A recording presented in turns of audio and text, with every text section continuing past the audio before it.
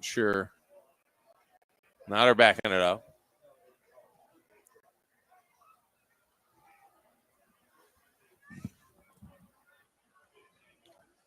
So they'll attempt this extra point from the 20. That's where they'll place the ball down. So it'll literally be a 30-yard extra point.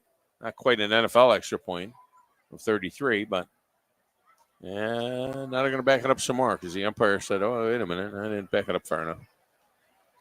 So now they're going to put the ball at the 25. So it's a 35. Now it's longer than an NFL extra point. So it's 35 yards for Yancey, the left-footed kicker. The snap is high, and the kick is – now they're going to get roughing the kicker. The kick is up and good, and they're going to have roughing the kicker against Devion Senegal, who has blocked a couple of kicks this year but got in way too deep and hit the kicker, Yancey, Cooper Yancey. And that'll be penalized on the kickoff.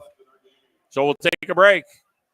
It's 29-14 Southside, back with the kick right after this. 7:41 to go in our game. This is Buckhorn Football on 97.7 ESPN, The Zone. When you call most roofing companies, all you'll hear is, you need a new roof. Not when you call Fleming. At Fleming Roofing and Restoration, we're focused on your needs, whether it's an easy repair or a full roof replacement. Folks around here trusted Fleming since 1965 for all their residential and commercial roofing needs. And as the area's storm damage experts, Fleming knows all the ins and outs of the insurance claims process. Log on FlemingHSV.com to schedule your free estimate today. Fleming Roofing and Restoration. We show up. 97.7 ESPN, The Zone. And welcome back out to Barney Wood Stadium. Madison Academy up 52-0. Well, they win 52-0 against New Hope. Westminster Christians up 33-21 on Madison County at the end of 3. And Huntsville leading 36-0 in their game as well. Florence up 38-0 in their game at Joe Davis Stadium. And, John, all the scores coming up later on after our game. Yeah, after the game, Tom, tune into the Woody Anderson Ford High School Football Scoreboard Show powered by Lake Guntersville Ace Hardware, and that's with Scott Tyson after tonight's game. And Scott and the team will get you all caught up on all the action from North Alabama tonight. And the North Alabama Football Scoreboard Show comes your way right after our game tonight. Well, Barrett Lindsay now kicks off, and he kicks it into the end zone for a touchback. They've had different kickers. It's like the Oprah Winfrey kickoff system. You get a kickoff. You get a kickoff. You get a kickoff. Everybody gets a kickoff for Southside. James Clemens is up 14-7 on Sparkman with 1:18 to go in that game. Sparkman driving. I don't know if that's a barn burner. Or a pigeon or a dove or a flying around the field. Yeah, not a bat. It's not a bat. It didn't look like a. If it was a bat, that would be a big bat. Yeah, that didn't look like a pigeon or a dove though. I don't think. I don't know my birds. I'm not sure what it was. Yeah. No. 1st and 10 front end. They get it complete to Devin Chapman on a quick slant. Sumlin hits Chapman, and now the ball is ripped out, and it is picked up by Southside. And let's see what they're going to call here. They're going to say he was still up. He never went down. They were digging at the ball. The forward progress was stopped, but Chapman fumbles it away. Yeah, Braden Bowers getting a hand in there. He just ripped that ball away. So Southside takes over at the Buckhorn 38-yard line, and the wheels are coming off a little bit for the Bucks right now. Yeah, Tom, nice play, good route, good pass, and just not able to secure the football. Great job there, by the Panthers Bowers to get in there. And like I said, he didn't punch it out. He just reached in and ripped it out. Second turnover of the night for the Bucks. They had the interception that went for a pick 6. And then the Bucks have an interception of their own, so -1 tonight on the turnover ratio. They came into the game -10. It's been a bugaboo for them all season long. Jordan Bryan remains at quarterback. He's been dynamic, changed the complexion of this game when he came in to start the second half. He's going to swing it out to the far side. It's a double pass, and the man is wide open downfield, and it's incomplete. It was underthrown, and it was incomplete. You know, the Bucks got burned with one of those earlier this season. And it was the same scenario where, after a turnover, and they went with the double pass, and they got burned. And that one there, I mean, the receiver was 10 yards behind the defender. Yeah, he was wide open. Josh Peoples actually yeah. threw that football through the second pass and just underthrown.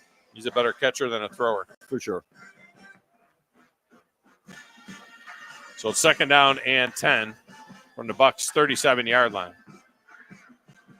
Brian looks over to the sideline.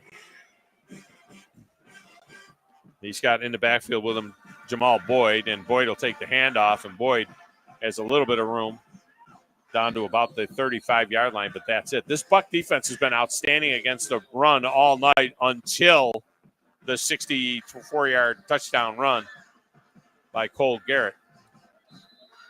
Yeah, Tom, that one could be a backbreaker. Yep.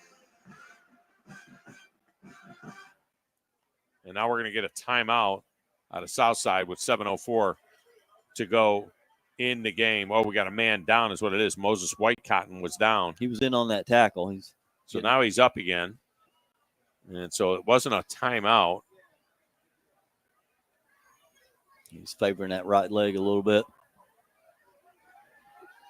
So as he goes off, Southside gathers around their first-year head coach. Looking to get above the Mendoza line with a 4-3 record in this one. Bucks also 3-3 for this game. And again, if the Bucks can't mount a comeback and win this one, next week's game against Mae Jemison at Milton Frank Stadium. Remember him? He was a famous coach at Huntsville High School. That'll be a playoff game.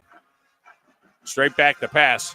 Goes to quarterback Brian. He breaks the pocket on the far side, and he gets around the corner again. He did this for 60 yards and a touchdown earlier in this game, and this time they take him down after a gain of about 5 on the play. Cortez Carr came in there awfully quickly, but just did not have the speed to catch Brian. So that brings a 4th and 5, and the offense will stay on the field. He's just a bear on the perimeter, Brian. You would think they might want to go in that direction once again with him on the perimeter and just let him do it himself. Yeah, I think they'll probably do it here to the near side towards us here. Javante Strong in the backfield. First time we've seen him in the backfield. They're going to roll the quarterback this way, and then I'll throw it to the flat, and it's a great job of defense there by Devion Senegal. Is that who it was? Because I couldn't. It was Devion. I promise you, it was Devion Senegal. John squeezed into the corner on that. Yeah, I'm over here. I'm like marking down how many days I've been here. A little bit of a jail cell that we are in here. We got a little window we could break out of, I guess, if we had to. I'm hoping to. Hey, you know what? We didn't think we were going to have a booth. We ended up with a booth. I mean, true. That's a beautiful thing. That's true. Wonderful the way it worked out. That's true. Didn't know. I don't know what this phone's for, and there's one on the other side too. 29-14 with 6:36 to go. The offense back on the field for the Bucks. Justin Sumlin in there with 2 receivers, 3 receivers to the near side. He'll roll far side and throw. It gets batted in the air and out of bounds. Incomplete. So he was thinking about getting that over to Jaden Crutcher, but the ball was getting batted around first. Yeah, 6:31 to go, down by 15. I think you got to get some. You got to dig in that playbook, find out what you got to pick you up some yardage, some big chunks at once. 3 receivers come to the near side. That's the wide side of the field. Crutcher nearest the formation. Straight back to pass goes Sumlin. Going to have to be all throwing now. He throws it across the middle, incomplete for Crutcher. Threw that one on a line. And it'll be 3rd down and 10 from the 32-yard line of the Bucks. Yeah, Crutcher a little slow getting up, but making his way back to the line of scrimmage. Defense played so well in the first half of this game, but the offense missed on a few opportunities to score. They could have built up would have been a different complexion of the game, certainly, in the second half had they built up that 2 or 3 score lead, which they really had the opportunity to do. Sumlin back to pass on 3rd and 10. Breaks contain coming in the near side. Now he just heaves it down the field. There's a man wide open, and it is incomplete. Incomplete to Jaden Crutcher. Crutcher wants a review on that play, but they're not going to look at it. Well, the one thing I can say from where we are at here, it was great. I think it's probably one of the better vantage points that we've had all year as far as field level. But that ball, it hit the ground. It not only did it did hit the ground, and he was there was nobody within 10 yards of him. If they could have gotten the ball to him, he was out the door. The man would be playing. Well, I say that the band's playing anyway, but a couple of good bands here tonight. Oh man, I'll tell you what, did we see a halftime show? Both these bands were outstanding tonight. Two receivers to the near side, Chapman and Crutcher, and now a timeout on this 4th and 10 play with 6:19 to go. We'll take a timeout with them. It's a Buckhorn Youth Athletics Association timeout. Bucks trailing this one 29-14 with 6:19 to go in the game on 97.7 ESPN, The Zone. Logan Hoffman of the Hoffman Group is a proud supporter of Buckhorn Athletics. The Hoffman Group is now powered by Stockton Mortgage and is a full-service mortgage lender and servicer. That means you're getting local and reliable service from Logan Hoffman and the Hoffman Group. Tune in every Thursday to the Tom Abraham Show to hear Bucks head football coach Matt Patterson, presented by the Hoffman Group. Score a touchdown with Logan Hoffman and the Hoffman Group, powered by Stockton Mortgage, a proud supporter of Buckhorn Athletics. 97.7 ESPN, The Zone. And welcome back out to Barney Wood Stadium, where the Bucks trail this one to Southside by a score of 29-14. Three receivers come to the near side on this 4th and 10. Straight back goes Sumlin. He goes deep over the middle, and it's for nobody. But a flag comes in late in the defensive backfield. Did somebody get a little grabby back there? We'll see if the Bucks get a free first down out of this one. I think they will. Yeah, it looked like Braden Bowers dropping back there into coverage might have grabbed a little jersey. So it is a hold against the defense that moves it 10 yards, and it is a first down for the Bucks. Well, to get a break, the ball gets moved to the 42-yard line. Trailing this one by 2 scores. You need to get a score. Try and get a score with less than, with a little more than 3 minutes or so to go so you can do something with your timeouts. They did burn one timeout that they won't be able to use defensively. And there's a throw across the middle, and it's complete to Crutcher for a first down. Nice route by Crutcher. Found the soft spot, turned around, planted himself, and just made himself an easy target for Justin Sumlin. Crutcher came into the game leading the team in receptions with 26. And 1 touchdown on the season. It's amazing. I looked at 1 touchdown. It was the first game of the season. It was a dynamic score. We hadn't seen him in the end zone since. And there's a quick pass over the middle. And again, someone with just too much juice on some of those. And that one goes over the head of the intended receiver. That was Marquell Taylor in there. I don't think Taylor has a reception on the season. Senior receiver. Yeah. So he's in there now. Miles England is not. I don't know if anything is going on with Miles. He's one of the most dynamic receivers they have. He did take a hit on the punt. So 2 receivers to the far side, 2 to the near side. Sumlin rolls, throws it out there, and has it complete to Henry Miller, who seems to gain 10 yards every time he catches the ball. That's his 9th catch of the season. That one goes for 11 and 12 yards and a first down. He averages 12.8 yards per reception. And surprised we don't see him a little bit more. Yeah, he's a good, runs good routes, got good hands.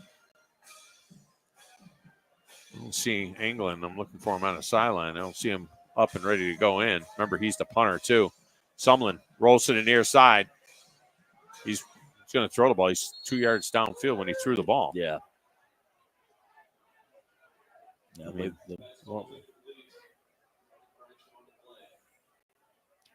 And England's coming back in. Okay. Got a little hitch in his giddy up. Kind of skips his way back into the lineup, but I don't know. Of course, I will say the one thing, John, a lot of times, at a stadium, they'll have sticks on both sides so you can see where the line of scrimmage is. And in that particular case, Sumlin just lost track of where he was on the field. That's going to come with a loss of down as well. Yeah, it's loss of down, 5 yards. They haven't changed it on the scoreboard yet, but they got the chains marked correctly. Yeah, 2nd and 15 now. Ball's at the 40-yard line of Southside. Still a 2-score game. We got to keep that in mind. 5:21 to go. Southside's logo, very much like Sparkman's logo. Kind of the same color. Distinctive S.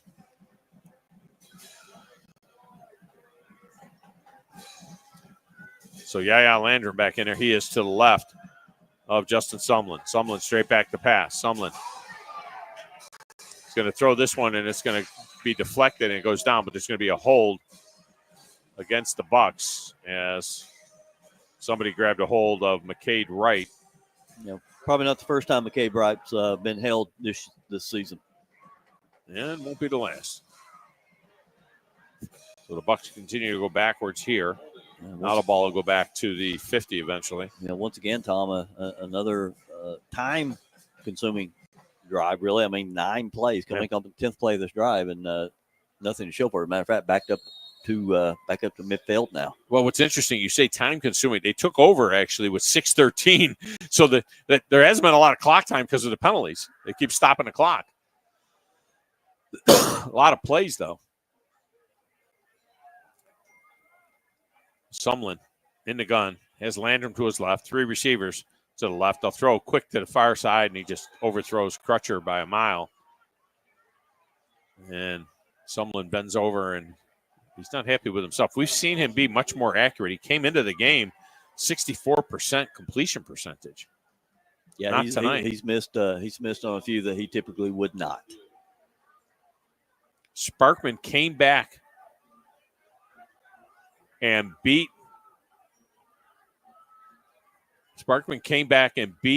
James Clemens 15-14.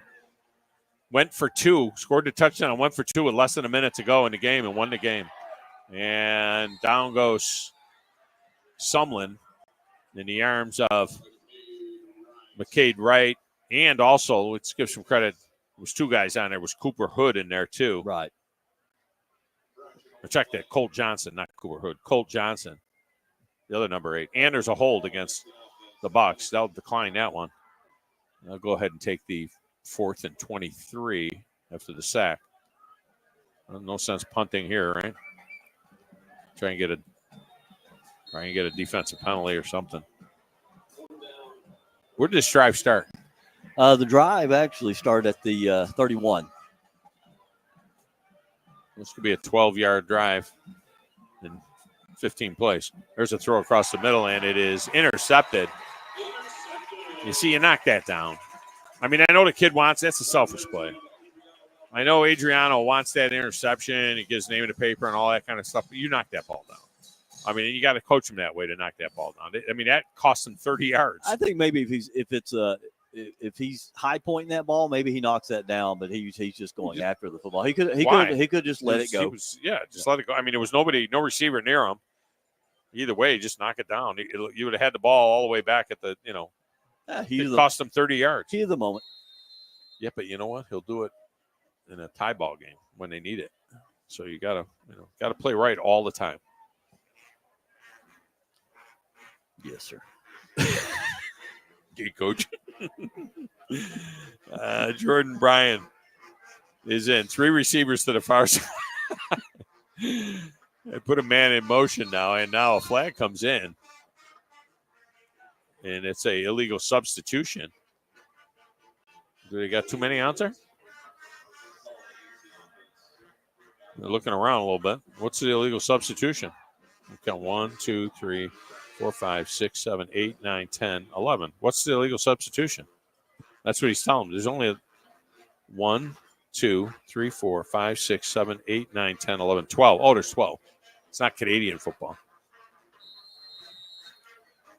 That flag should have been dropped a minute ago, really. So they back it up. 5.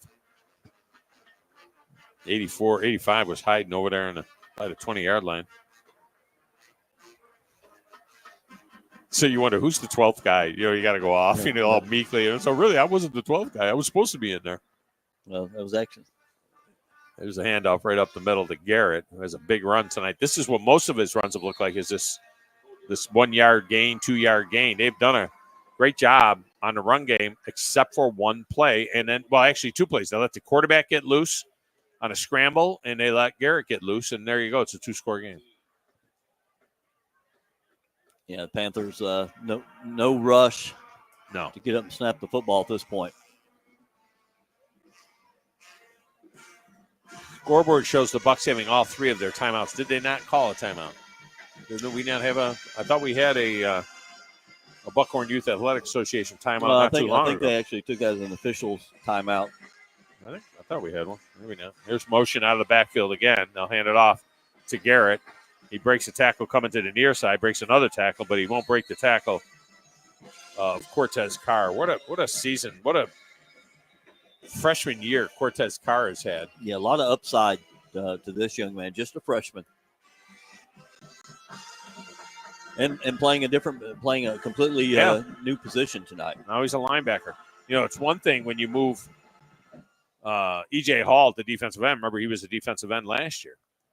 So it'll be a timeout on the field now called by Buckhorn. We'll take one with them. I think this is their second. It's a Buckhorn Youth Athletic Association timeout on 97.7 ESPN. The Zone. Buckhorn Youth Sports was created in 2018 to provide kids in our community the ability to compete at every sport possible. We offer football, flag and tackle, cheer, volleyball, wrestling, basketball, baseball, and softball. You can find us on Facebook at Buckhorn Youth Sports, where we prepare the future. Buckhorn Youth Sports is a proud supporter of Buckhorn High School football. Go Bucks! 97.7 ESPN The Zone. And welcome back to Barney Wood Stadium, where Southside leads Buckhorn 29-14. 3:36 to go in the game. Coming out of a Bucks timeout. They have 2 on the board. I just, for the life of me, think that there's only – and now Southside has to call timeout. We'll keep it right here. So barring a big comeback here by the Bucks, who are down in this game right now by 15 points. No, we get a playoff game next week. I don't see Frank Reich anywhere. No. So, next week is May Jemison. You got to have it. You got to have it. At Milton Frank Stadium. We'll be on the air at 6:45 for that one, and the winner of that one will make the playoffs. The loser will not, and it's that simple. The Bucks have had their opportunities early in this game. Oh, Tom, I mean, my goodness. The drives they've had in plus territory, that started in plus territory, and they just weren't able to cash in any points on those. Oh, they had gotten down inside the 10 a couple of times, couldn't cash it. 3 receivers to the far side to go empty set here. On 3rd and 13, Southside trying to keep a hold of the ball. Straight back the pass, goes to quarterback. He'll throw the fade down the near side. That should be offensive pass interference, if anything. If they call defensive pass interference. And they are. They're calling defensive pass interference? Really? I believe they are. Oh, my gosh. A.J. Vaughn in the coverage there, and it looks like he was mugged by the receiver, C.J. Martin.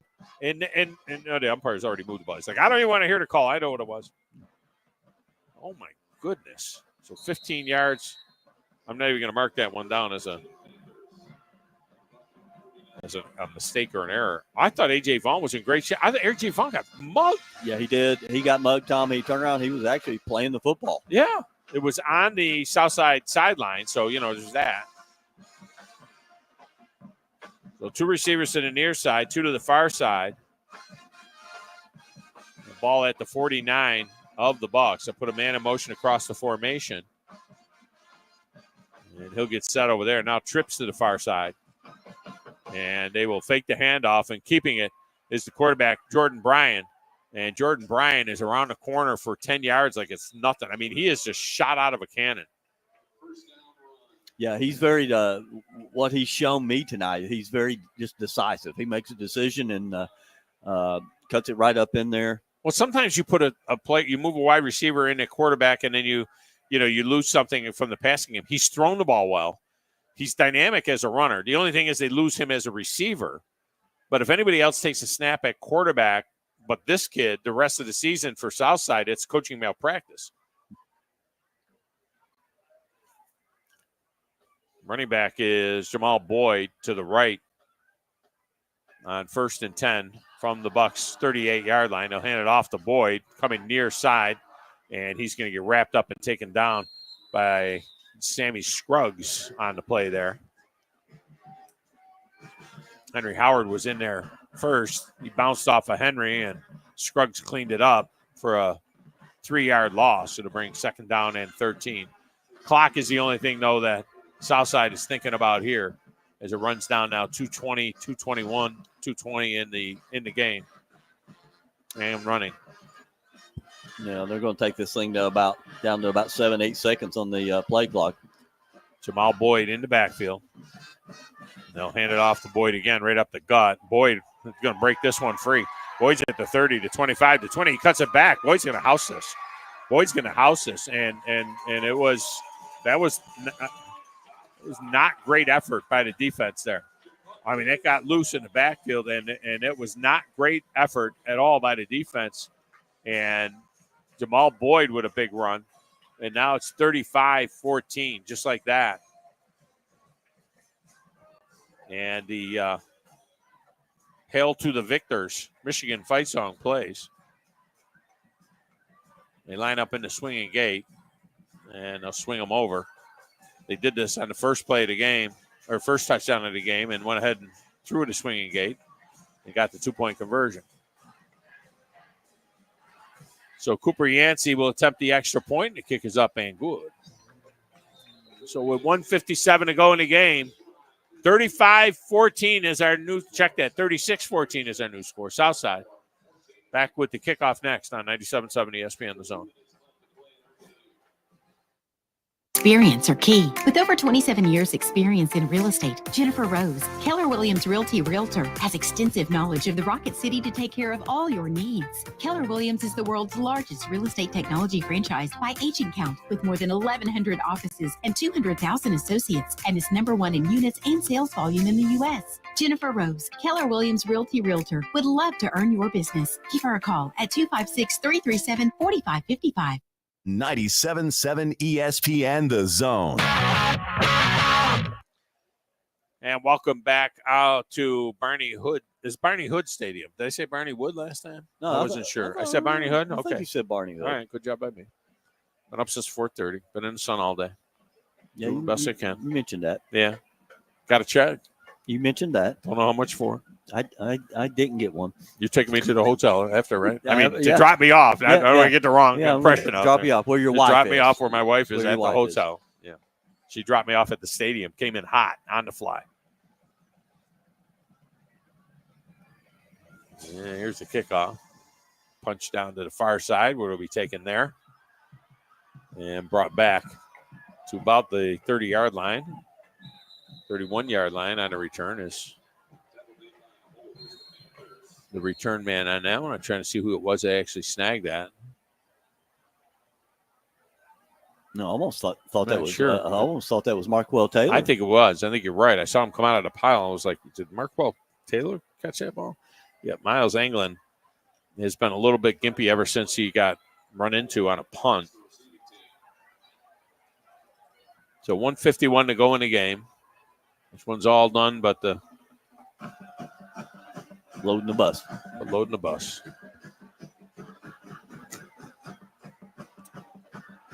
And there's a penalty against the Bucks. Not sure what it is. Did not see the signal. And the ball will be back at the 22-yard line. That's where the Bucks will take over.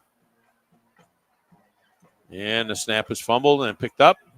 Running around with it is Parker Turley. He'll throw it near side, looking for Chapman. Makes a great catch on the ball at the 50.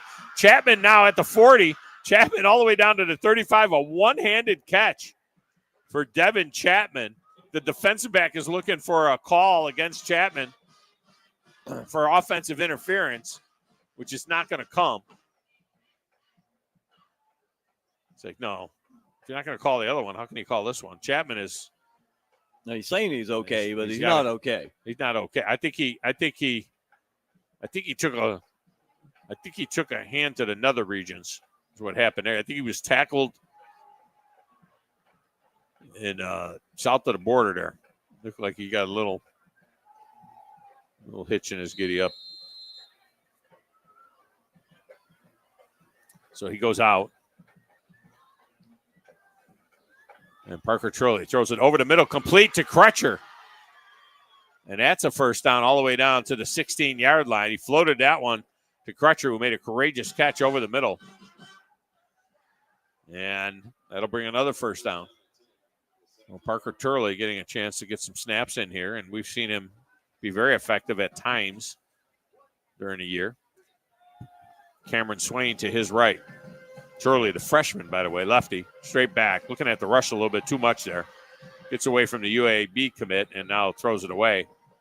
He got away from him quickly. Yeah, he got away from him quickly. He got a little jumpy there, looking at the rush a little bit too much there. That pocket was pretty good, and he started jumping around a little bit.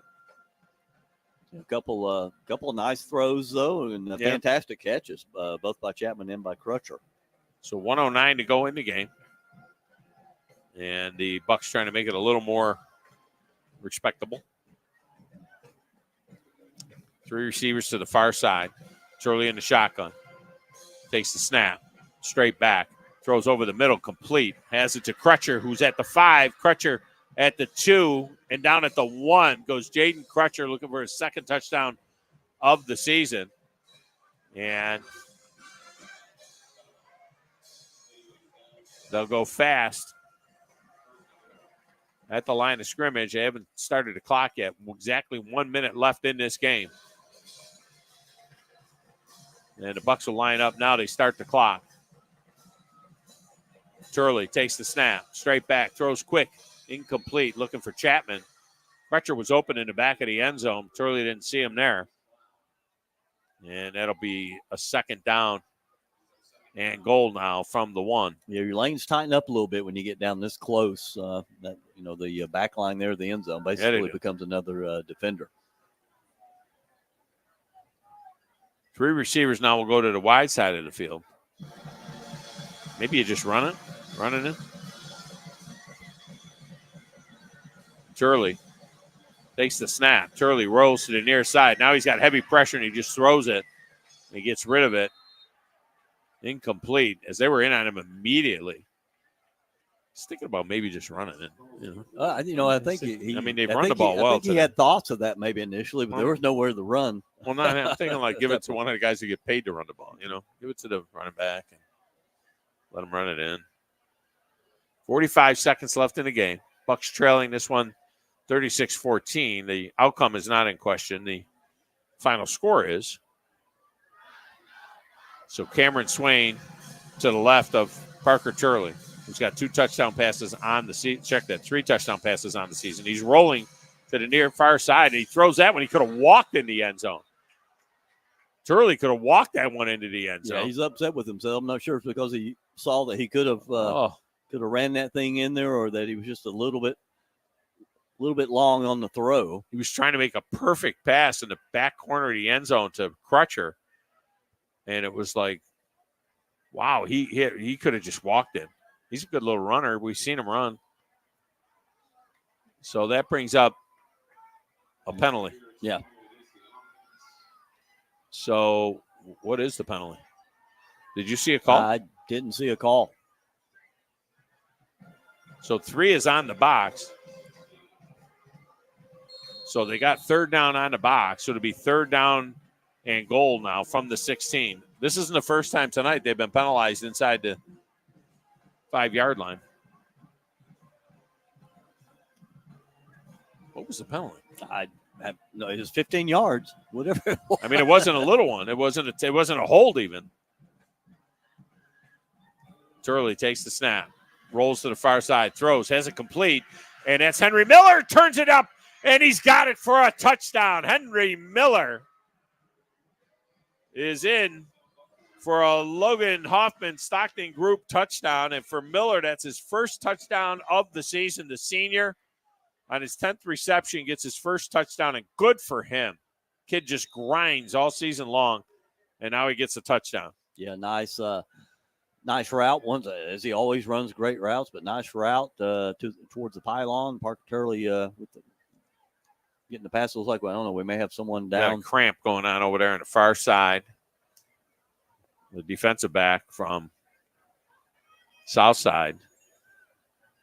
And They're going to take him around the yeah, backside. take him around the back side here of this deal. And Well, it looks like he's got a well, maybe a it's busted nose, actually, is what it looks like.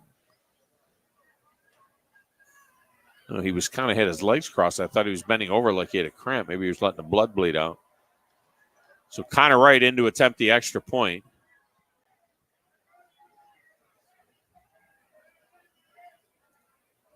A game of missed opportunities for the Bucks. And give Southside Panthers credit. They made a change at halftime, brought in Jordan Bryan to be the quarterback. Got a big run from Cole Garrett. Got a big run from Bryan on a scramble. Got a big run from Jamal Boyd. And they broke the backs of the Bucks. And what are we waiting for? You wait till he's in the hospital or what? He's like totally out of the way.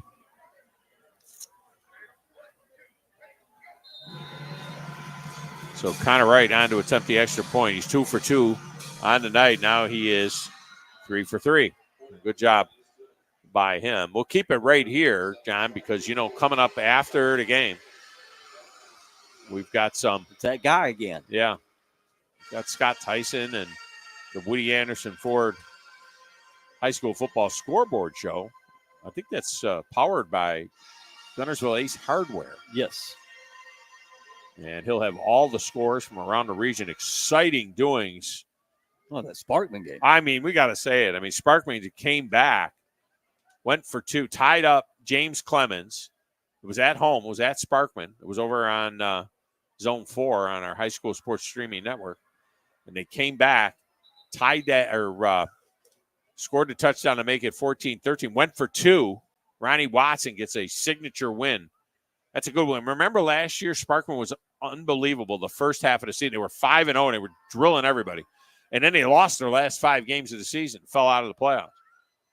They've been playing better late. Now, this year, they struggled early, and now they're playing better late. And, getting that kind of a win against James Clemens is amazing. We welcome those of you listening on Talk Radio WZZN at 97.7-2 as well, as we're going to get an onside kick here from Connor Wright. These are always fun. They put that man, McCade Wright, over there on the far side. Look at it, put him right in position to return. They're 6'5", 255. So, and they do a little pooch kick. They just kick that. It was caught actually by the Bucks, but it was before it went. No, that's not true. It wasn't before it went 10 yards. That should be Buck ball. Yeah, if it was caught, because it went 10 yards, and there's the flag on the sideline. He was inbounds. But if he was inbounds where he caught that ball, that should be Buck ball. I mean, they're marking it. They're marking it at the 47-yard line of Southside. But if that's where he caught that ball, he caught the ball inbounds. I mean, if he caught it inbounds and the flag is on the sideline, I don't know who came running down. It wasn't Matt Patterson. Matt Patterson trying to stop his coach. But, I thought the ball was caught inbounds. That's what they're discussing right now. The question is, what would they do with the flag if they decide to change the ruling here? The flag is right there, right behind Coach Patterson. Well, the flag is on the coach that came running down the sideline, or whichever Buckhorn coach came running down the sideline saying he caught it inbounds. That's what the discussion is about right now. And the officials are over there. That kid caught the ball inbounds, and he caught it inbounds at the 47-yard line. It means the ball went 13 yards. Let's see what they're going to say here now. Now the referee comes over to the umpire and said, what do you want to do? So the ball is marked at the 47. And the defense is coming out for Buckhorn. And all Southside have to do is take a knee. Bucks have 1 timeout left, but they're not going to use it down 2 touchdowns here. Personal foul against the sideline. And they're going to get the dirty 30? Unsportsmanlike or the personal foul? Which one was it? Ralphie May's marking it off. They got the 30. They're hitting him with the 30. I thought he caught it in bounds. I mean, to be honest with you, to even be able to catch that football, it would almost have to be in bounds. It's not likely to change the outcome of the game with 33 seconds left, but still the principle is a game. You play the game to the end. So victory formation for Southside. They'll just take the snap and take a knee. And that will do it. So the Bucks will fall to 3-4 on the season, 2-3 in the region, setting up a critical game next Friday night against Mae Jemison with a playoff spot on the line. I'm sure that Scott Tyson will be able to explain all of that to you. But we'll take a break. We'll come back, wrap things up from here, and then toss it to the studio. Final score, Southside 36, Buckhorn 21 on 97.7 ESPN, The Zone. It's official. 47 years in a row, Ford F-150 is the best-selling truck in America. Come drive one, and you'll see why. Hi, Bobby White back again for Woody Anderson Ford, inviting you to kickstart the new year in a brand-new F-150. Choose from nearly 200 F-150s, and we think you'll find just the right one. Right now, we have financing as low as 2.9% for up to 72 months on 2023 F-150s, and lease payments as low as $389 a month. That's a 36-month lease with $62.82 due at signing, zero security deposit, just tax tag title, and your good credit. This offer ends January 31st. Call 539-9441 for complete details. At Woody Anderson Ford, we have nearly 50 2023 Explorers for you to choose from, too, with financing as low as 0.9% for up to 60 months. Plus, check out our over 40 24 Bronco Sports and a fresh truckload of the full-size Broncos that have just hit the ground. Come on over and let's get the new year rolling. Woody Anderson Ford, Jordan at Sparkman. Hope to see you soon.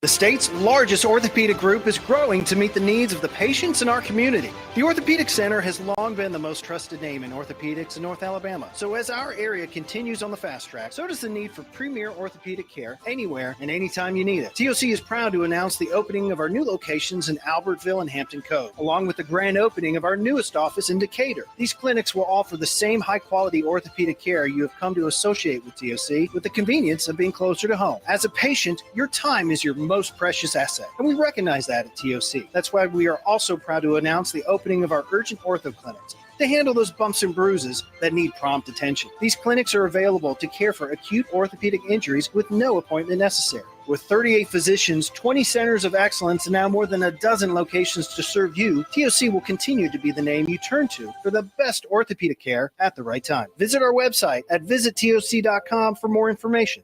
TOC, helping you live a better life. 97.7 ESPN, The Zone. And welcome back to Barney Hood Stadium, and John McGough with me, Tom Abraham, and Southside wins this one 36-21. They go to 4-3 on the season. Bucks dropped to 3-4, and John, this was a game of missed opportunities for Buckhorn. They could have built a big lead in the first half, which would have changed the way the second half looked. Yeah, Tom, that's exactly what I was going to talk about. When opportunity knocks, you got to walk through that door. And Buckhorn, with 3 consecutive drives that started in plus territory, came out with no points for any of those drives, and that was just a heartbreaker for the Bucks. Well, it was another exciting night of high school football around the region, and standing by to get you caught up on all of that is Scott Tyson back at our Woody Anderson Ford High School Football Scoreboard Show studios. So we'll take a break here, and when we return, Scott will take you through all of the action for the next hour and change. Brian Weems did a tremendous job mixing the show for us, and for John McGough, I'm Tom Abraham. Have a great night, everybody.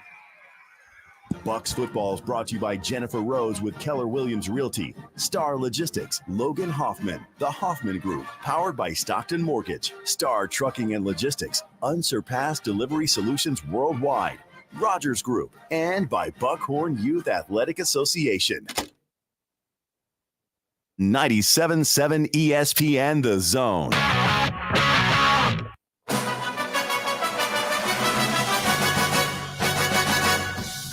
Welcome to the Woody Anderson Ford High School Football Scoreboard Show, powered by the late Guntersville Ace Hardware. Now, here's Scott Tyson. Welcome into the Week 7 edition of the Woody Anderson Ford High School Football Scoreboard Show, powered by Lake Guntersville Ace Hardware. And tonight, Week 7, we've got upsets all over North Alabama.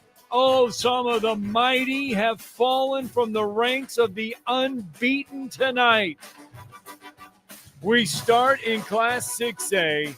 Muscle Shoals, they enter the night 5-1, unbeaten in region play, in control of Class 6A Region 7. They were 4-0 on the night. On the road at Jasper. Jasper coming in at 1-2 in region play. This one came down to the wire. The Jasper Vikings at home stop a late 2-point conversion. They upset the 6th-ranked team in Class 6A, Muscle Shoals, this evening. Muscle Shoals falls 49-48. And that loss will have an impact in Class 6A Region 7. We will update you on the region standings here in just a little bit, but that was not the only big upset or big game tonight. We mentioned 2-point conversions. Sparkman rallying late tonight with a long distant drive, 98-yard drive, to take the lead. And then Ronnie Watson gambles with the game on the line, goes for 2 with 1.5 seconds left. Sparkman knocks off James Clemens tonight, 15-14. Your final there. That is a Class 7A Region 4 contest. So Class 6A Region 7 with Muscle Shoals falling. Who would lead the region at the end of the night? Hartzell and Athens meeting in Hartzell, and this one was a fantastic ball game. Hartzell would get on the board first. Noah Lee would find Kane Falcani for a 7-0 lead. That was it in the first half. Hartzell would lead 7-0 at the break. Third quarter, Athens would take a 12-6 lead. Brogan Gross would find Enya Tyus for a 9-yard score. And then with 1:19 left in the third, Hartzell takes the lead. They go up 14-12. In fact, Hartzell would go on a 15-0 run. They would open up a 21-12 lead. Athens would score late to make it a 21-19 ball game. And that is how the game would finish. Hartzell knocks off Athens this evening, 21-19. And so at the end of the night, it is in Class 6A, Region 7, the Hartzell Tigers staying unbeaten and atop the region now. So now it's Hartzell 4-0, Muscle Shoals 4-1, Athens 2-2, Jasper 2-2. If the playoffs started tonight, Hartzell would be your 1 seed, Muscle Shoals would be 2, Athens and Jasper. Athens would have the tiebreaker over Jasper. Athens would be a 3 seed. Jasper would be your 4 seed in Class 6A Region 7. But we have got a long night of scores ahead of us. Let's get you to more scores. Huntsville at home tonight. They're blanking Albertville 42-0. That's your final. Big win for Huntsville. What does it mean? We'll explain as the show goes on.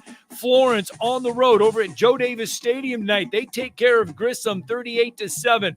Huge win for the Florence Falcons. All right, we're keeping an eye on Austin and Bob Jones. This one should be final. Austin was leading late in this ball game, and if Austin is able to grab the W, they will still remain perfect on region play. We've got a final. St. John Paul II Catholic over DAR tonight, 37-24. 30-23. That one going final just a minute ago. We've got more scores rolling in, as you heard, as our friends heard on 97.7 ESPN The Zone in Huntsville.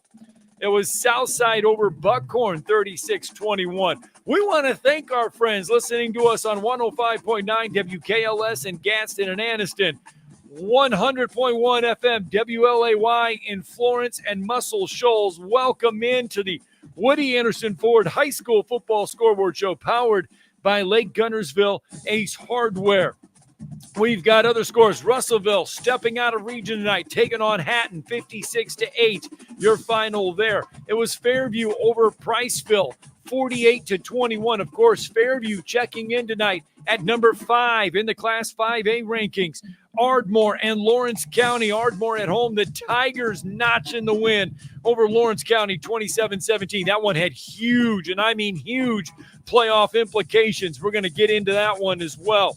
In Class 4A, St. John Paul Catholic, again, we mentioned that one, 37-23 over DAR. It was Plainview. How about Plainview and head coach Dale Pruitt? On the road tonight, they get a win over North Jackson, 33-32. That is huge. Why? Well, because North Jackson came into the night tied atop the region standings with Randolph. They could have moved to 5-0. Remember, Randolph is off this week. They could have moved to 5-0, but they get tripped up at home, 33-32. The win for Plainview moves them above 500 in region play now at 3-2. We'll get into the Class 4A Region 8 standings. Madison Academy on the road tonight. They get by New Hope 52-0. New Hope coming in with one of the most prolific offenses in Class 4A. They get shut out tonight at home. Westminster Christian Academy, boy, they had to work for this one. They get a win tonight over Madison County, 40-21. West Limestone over Wilson, 49-14. It was Central Florence cruising by East Lawrence, 49-14. All right, we just got an update. I want to pass this one along. The Bob Jones-Austin game has been delayed for over 30 minutes. Our thoughts and prayers go out. They've had an injured player there this evening over at Madison City School Stadium. Just getting the update. A game has been delayed for over 30 minutes. A player has been taken off on a stretcher and an ambulance. They are just fixing to resume the Bob Jones-Austin game over at Madison City School Stadium. We'll keep you updated on that one as the night kind of rolls along. All right, we say it each and every Friday. Let's put 4 quarters on the board. When we come back, we'll kick it off. It's the Woody Anderson Ford High School Football Scoreboard Show, powered by the Lake Guntersville Ace Hardware, your local Ace Hardware store. All that and more coming up.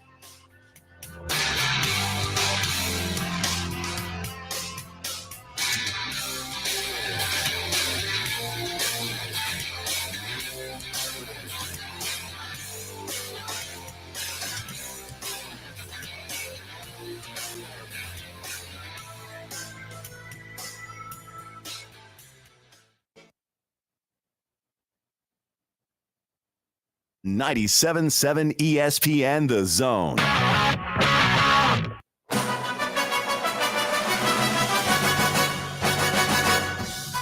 Welcome to the Woody Anderson Ford High School Football Scoreboard Show, powered by the Lake Guntersville Ace Hardware. Now, here's Scott Tyson.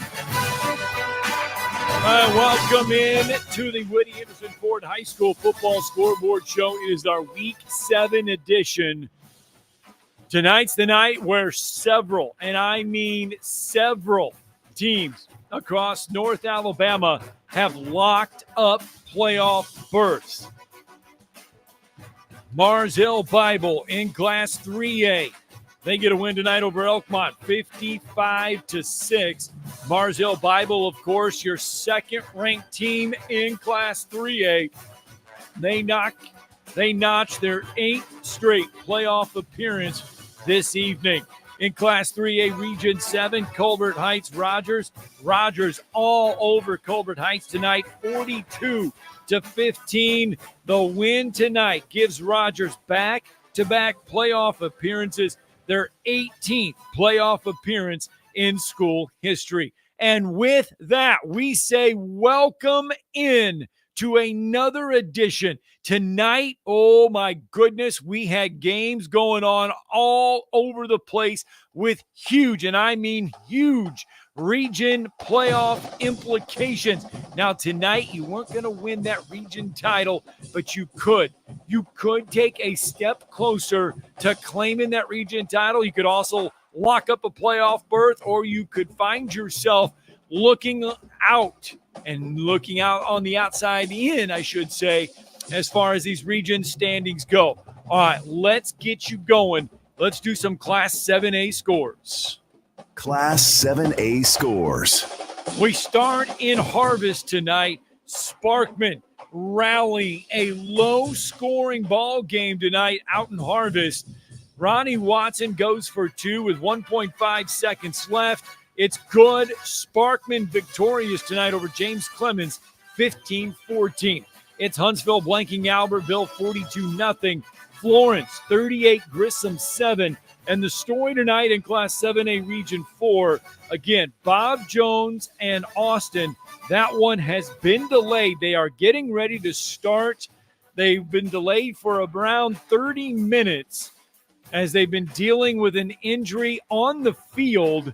A player has been taken off the field on a stretcher and ambulance. We are working to get more updates on that story, as well as the gameplay going on between Bob Jones and Austin.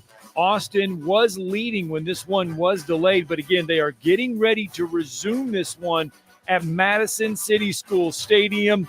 We have just finished the third quarter, so they have a whole quarter left to go there at Madison City School Stadium. Austin is on top, 35-28. So they've got a whole quarter to go yet. We'll keep you updated as that one goes along. So we cannot update the entire Class 7A Region 4 standings, but here is what we have as of right now. Austin, we're still waiting on that outcome. They are 4-0 right now in the region. James Clemens now 4-1. Bob Jones 2-2. That is huge right there. If Bob Jones can somehow come back and find a way to win, that would be huge. Sparkman and Florence are both 3-2 in region play. Then you have Huntsville with the win tonight. They move to 2-3. Grissom falls to 1-4, and Albertville falls to 0-5. So as of right now, we cannot tell you the 4 teams that are in the playoffs at the end of the night because we don't know the outcome between Austin and Bob Jones. We'll get you that here in just a little bit. Let's go to Class 6A. Class 6A scores. Here is what we have from Class 6A Region 8.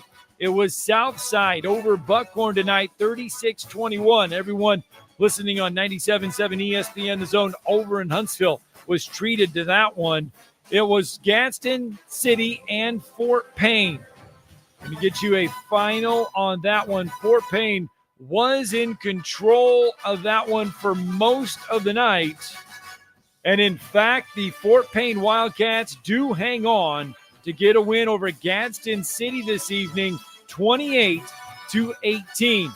And last night, it was Decatur getting a win over Mate Jennison, 32-28. Class 6A Region 7, it was Jasper holding off a late 2-point conversion, 49-48 your final there. So they upset the 6th-ranked team in Class 6A, 49-48. Hartzell checking in at number 9 in the Class 6A rankings. They get a 2-point win over Athens, 21-19. That one was a heck of a ball game. Hartzell would go on a 15-0 run in the second half to go up 21-12. And then Athens would score late to make it 21-19. All right, let's go into Class 5A. Class 5A scores. There was a top 10 showdown in Class 5A. Second-ranked Guntersville playing host to 9th-ranked Scottsboro and Guntersville. Wow. Ever so impressive were the Guntersville Wildcats tonight in this one. They were in control of this one for most of the night. We'll get you the official final. Last one we have was late in the fourth. Guntersville was on top, 44-7. Class 5A Region 7 non-region game. Russellville over Hatton, 56-8. It was Fairview over Priceville, 48-21. Now, of course, Fairview checking in at number 5 in the Class 5A rankings. It was Ardmore 27, Lawrence County 17. That one is huge in Class 5A Region 7. The reason why. So with the win, Fairview moves to 5-0. Russellville stays at 3-1. Lawrence County falls to 2-3 now in region play. Ardmore moves to 2-2 in region play. Priceville falls to 1-3. East Limestone and West Point will get you a final on that one. That was big there as well. All right, let's go to Class 4A. Class 4A scores. All right, DAR, St. John Paul II Catholic. St. John Paul II Catholic at home tonight. Winner tonight, 37-23. The big one in Class 4A Region 8. How about Dale Pruitt and Plainview getting the 1-point win tonight over North Jackson? North Jackson had come in on the night perfect in region play, but no more. It's Plainview eking it out 33-32. Madison Academy on the road tonight stops a prolific New Hope offense. They shut them out tonight 52-0. Westminster Christian Academy got it going late, 40-21. Class 4A Region 7, West Limestone over Wilson tonight, 49-14. Central Florence over East Lawrence, 49-14. Class 4A Region 6, Cherokee County. Of course, Cherokee County checking in at number 3 in the Class 4A rankings. They get a win tonight over Hoax Bluff, 35-21. It was Alexandria over Asheville, 48-7. Class 4A Region 5, Fultondale over Haleyville, 40-21. It was Good Hope over Hamilton, 28-6. Let's check out some 3A scores. Class 3A scores. All right, Class 3A Region 8, we visit first. Geraldine over Brindley Mountain, 63-14. Of course, Geraldine checking in at number 8 in the Class 3A rankings. Fife, your number 5 team in Class 3A. They were on the road tonight taking on Whitesburg Christian Academy, and Fife gets a win 49-7. Class 3A Region 7, we mentioned Rogers, a winner over Colbert Heights, 42-15. That win by Rogers notches a playoff appearance for the Pirates.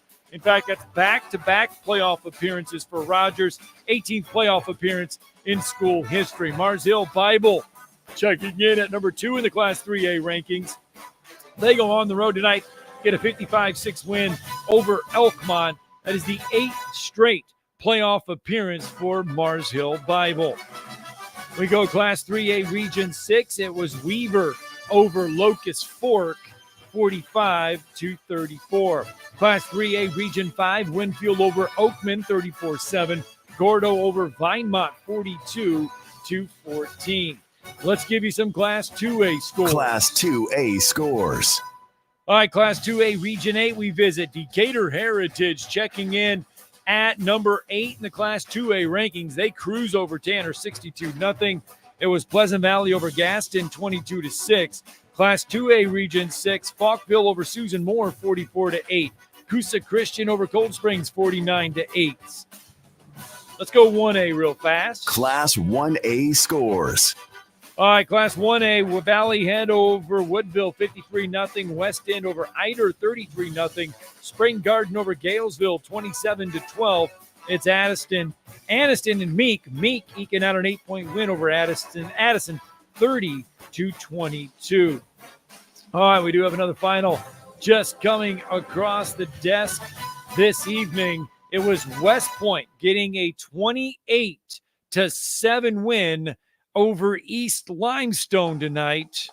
Of course, that coming in Class 5A Region 7, West Point, a 28-7 win.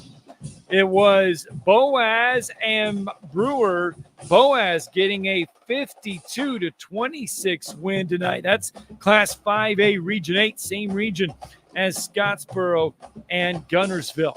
Coleman cruises to a 61-6 win over Columbia. So the nation's longest losing streak continues as Columbia falls. We keep on with the scores this evening. Some of the ones we haven't gotten to. Colbert County over Clements tonight. Colbert County cruising in a big way. That final 46-13. It was North Sand Mountain shutting out Section tonight, 47-0. So North Sand Mountain getting it done over Section 47-0. We'll fill you in on the region standings here in just a little bit with that one, as I am sure there is implications there. Central over East Lawrence, 49-14. It was Holly Pond getting the win over Asbury tonight in shutout fashion, 44-0. Holly Pond over Asbury. All right, 10-12 here. Don't forget, if you've been out to a game tonight and you want to give us a call, 256-576-4977. That's the number you can reach us here tonight, as the scores kind of keep coming in. Trying to fill in the scoreboard as we go here this evening. Again, the one we are keeping an eye on is Austin and Bob Jones. Bob Jones just missing a field goal. That would have brought Bob Jones just a little bit closer to Austin. But again, that game there was delayed by over 30 minutes to deal with an injury on the field. They have now just resumed. They've got a whole quarter left to go out there at Madison City School Stadium. I tell you what, let's get our first time out here in this hour. It's the Woody Anderson Ford High School Football Scoreboard Show, powered by Lake Guntersville, Ace Hardware.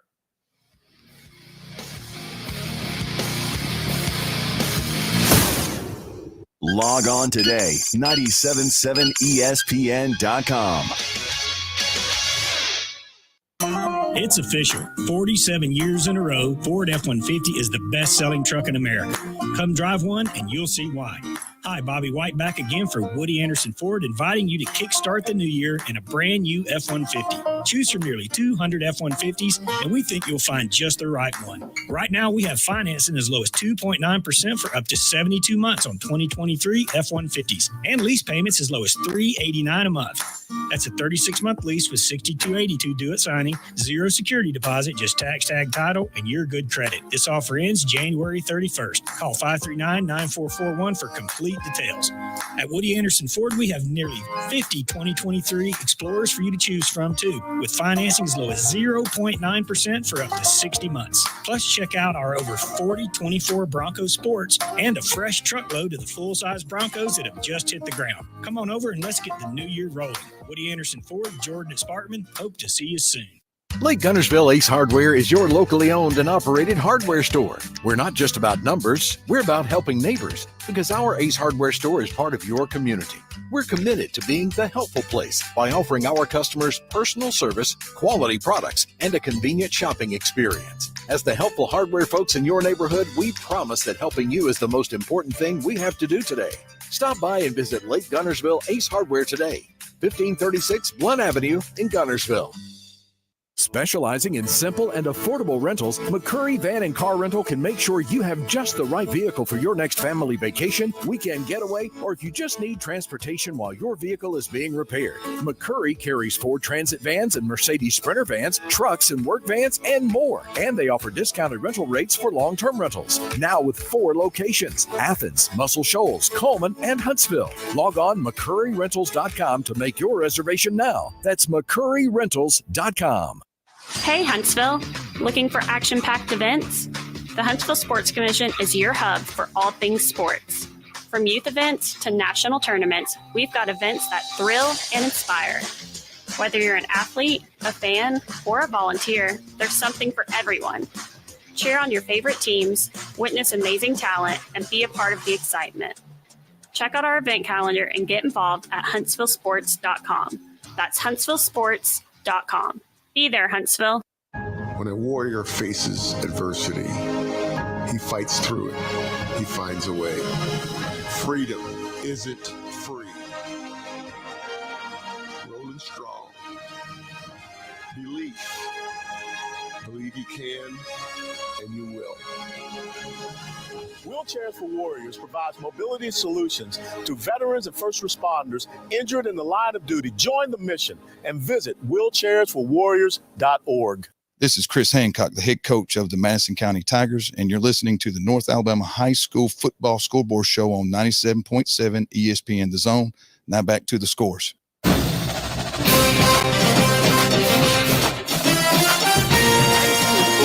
Scoreboard Show, powered by Lake Guntersville Ace Hardware again. We're keeping an eye on Austin Bob Jones over at Madison City School Stadium. This one was delayed by over 30 minutes. They're back to being on the field now. Bob Jones is driving. Austin has been in control of this one, but Bob Jones driving, trying to inch just a step closer on the scoreboard. Speaking of the scoreboard, in Class 4A Region A, boy, it just got a little topsy-turvy tonight as Plainview got the best of North Jackson 33-32. Down goes North Jackson. In fact, North Jackson came into the night ranked number 8 in Class 4A. They fall. All of that is good news. Madison Academy will love to hear it, and they get a win tonight, 52-0 over New Hope. Their head coach, Bob Gotze, kind enough to join us now. All interviews this season brought to you by the Huntsville Sports Commission here on the High School Football Scoreboard Show. And Bob Gotze, kind enough to join us tonight. Coach, congratulations. 52-0 winners tonight. Well, thank you very much. Hopefully a little shot of confidence, which this team, drastically needs. But just kudos to our guys. They just keep fighting, keep scratching. We kind of got things rolling, tonight with running the opening kickoff back and, made some big plays.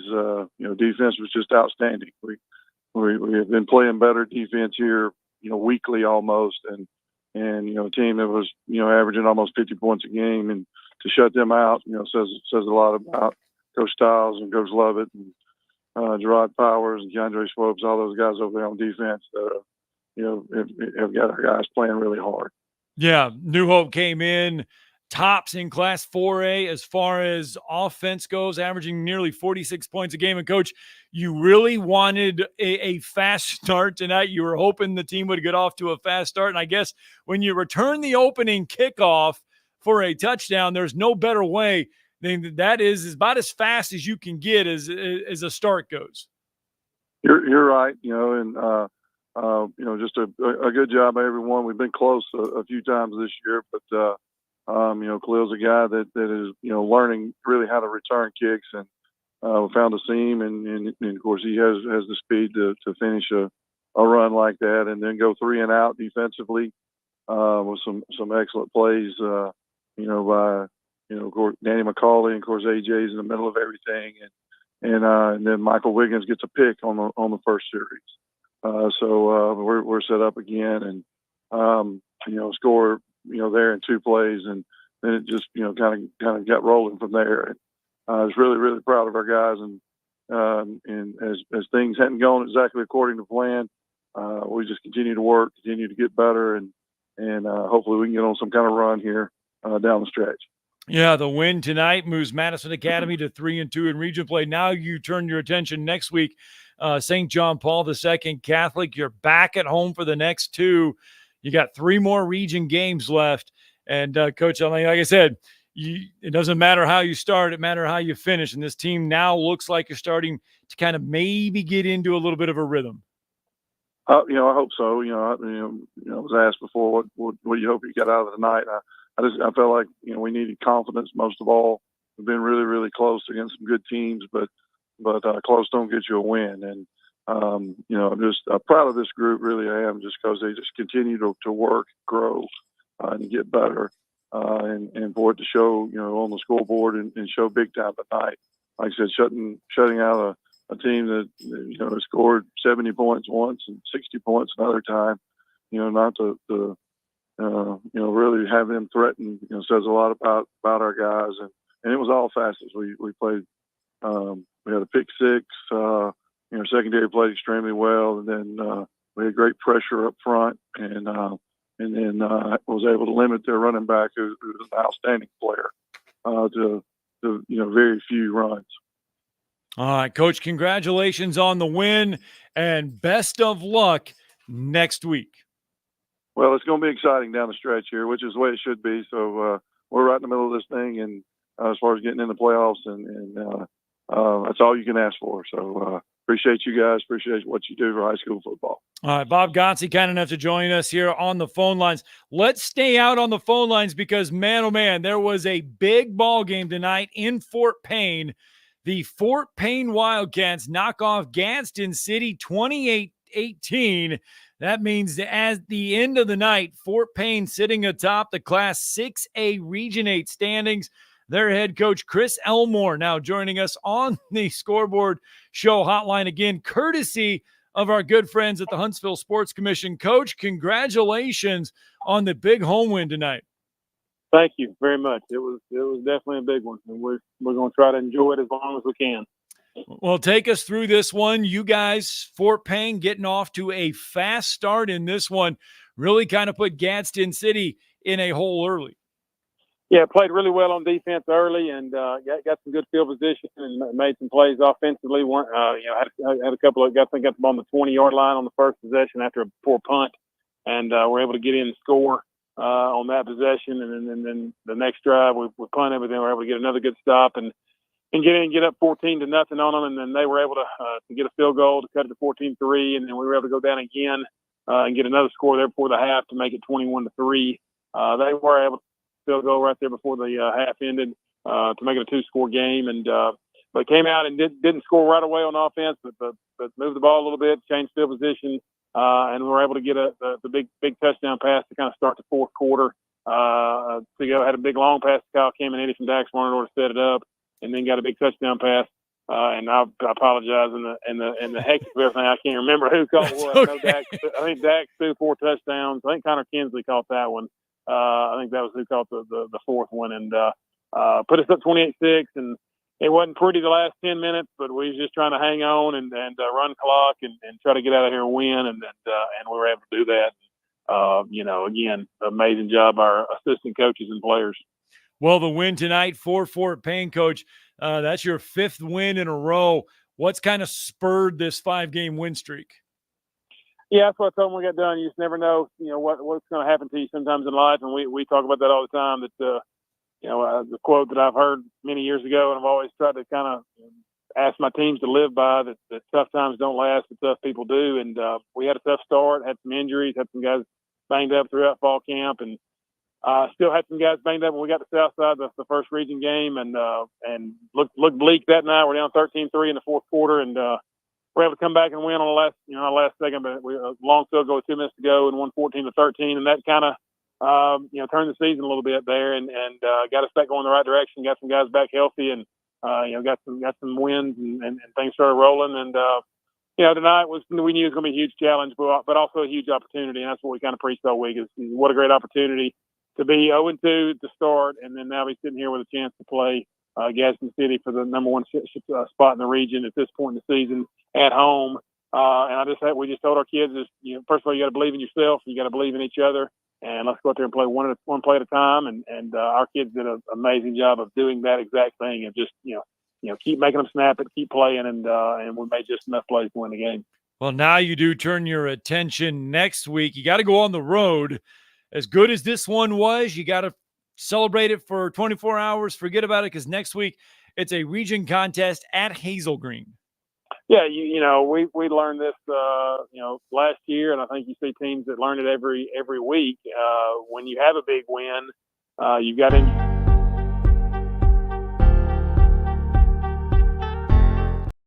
And you got to get ready for the next opponent, and that's what we'll have to do with Hazel Green. Is they're doing it. We've seen them on film throughout the year, because we see a lot of the crossover games when we're playing, playing Gadsden City or whoever, and they've steadily improved, and he's doing a great job with them, and I expect them to be ready to knock us off next week, and we're going to have to go over there ready to play and find a way to we could win that one. Obviously, we could probably lock up the number one spot in the region, and that's what we're going to be trying to do, because obviously it's big to be that number one seed in the playoffs, and we'll have an opportunity to secure that next week, and we're going to have to Monday afternoon when we come in, we're going to have to put all that focus on that game and go over there ready to play. All right, Coach, congratulations on the win. Coach Chris Elmore, Fort Payne, victorious tonight, 28-18 over Gadsden City. Coach, congratulations on the win, and best of luck next week. Thank you, guys. Thanks for having me on. All right, it's the Woody Anderson Ford High School Football Scoreboard Show, powered by Lake Guntersville Ace Hardware. Tell you what, let's get a break in. When we come back, we'll continue the scores and continue to update you on the region standings. We're halfway done. We got a whole second half left to go.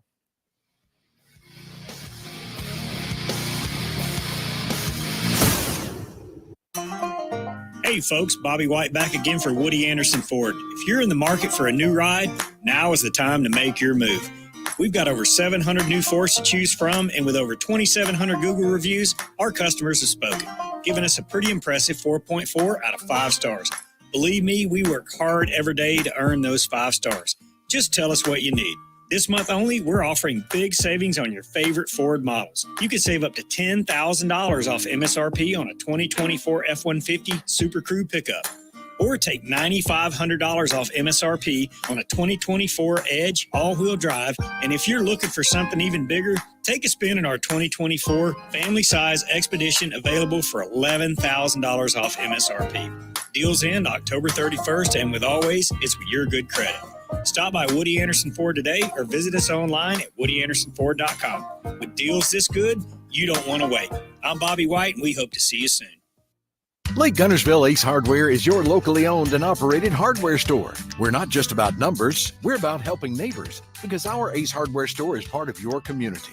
We're committed to being the helpful place by offering our customers personal service, quality products, and a convenient shopping experience. As the helpful hardware folks in your neighborhood, we promise that helping you is the most important thing we have to do today. Stop by and visit Lake Guntersville Ace Hardware today, 1536 Blunt Avenue in Guntersville. Are you tired of chasing a roofing contractor to show up on time or even show up at all? I'm Sam Fleming with Fleming Roofing and Restoration. Our motto at Fleming Roofing is we show up.